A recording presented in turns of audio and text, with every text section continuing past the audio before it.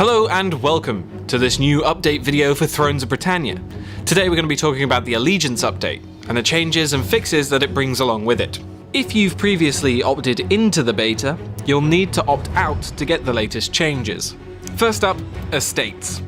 We're adding in multiple types of estates with different bonuses and penalties. We're also adding more traits to characters which will make them desire certain types of estates, or want to have more estates than the king or a lower level character. This is to create more variety in how to approach characters and estates. Decrees. Similar to the rights in Total War Warhammer 2, the decrees screen allows the player to enact one of 4 different decrees that give bonuses to their faction for a number of turns. These could range from bonuses to unit replenishment, big increases to research rate, or triggering expeditions for the Viking Sea Kings. These are now accessible from the top right bar. Allegiance. If you liked how religion works in Attila and culture in Rome too, this is the version of the mechanic tailored to Thrones.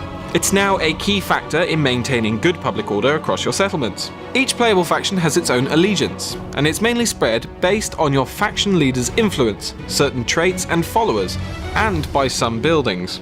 It also ties into politics.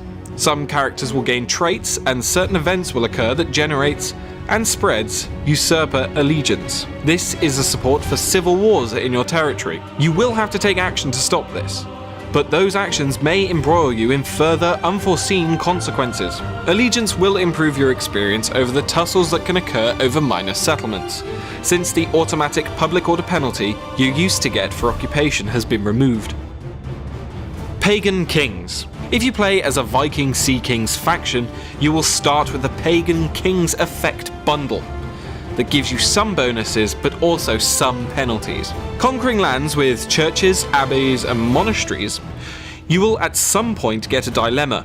Stay pagan with reduced bonuses and increased penalties, convert the king with some penalties, or convert en masse with increased bonuses and reduced penalties for a number of turns. If you choose paganism, the calling to convert to the dominant religion of the British Isles will continue.